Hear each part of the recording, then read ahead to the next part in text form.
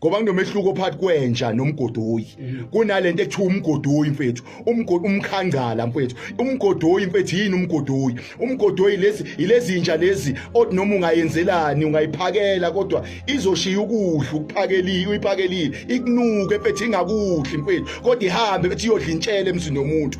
Kodwa uyiphakele bethi ukudla okunesobho endlini ikunuke nje mfethu ilale eduze kokudla mfethu. Umgodoyi loyo umkhangcala kodwa izophuma ngaphandle mfethu iyodla intshela cabanga iyeka okunuka isobho lenyama ngala kodwa iyochitha intshele emgomeni emzini womuntu. Umgodoyi ke lo umgodoyi mfethu inja mfethu lethwa fusephuma yenzani la uyabo kodwa inja mfethu ifundisiwe iyazi ukuthi angene endlini mengene endlini ngifundisiwe ukuthi ngihlala kanjani endlini. Uyabona sikhuluma kunomehluko phakathi komgodoyi nani nomkhangcala kodwa yinye into engiyithanda ngomgodoyi ukuthi umgodoyi molunywe ezinye izinja ulimele awunako umuntu kodwa uyakwazi ukuzinaka wona. Number 1 uyakwazi ukuzinakekela.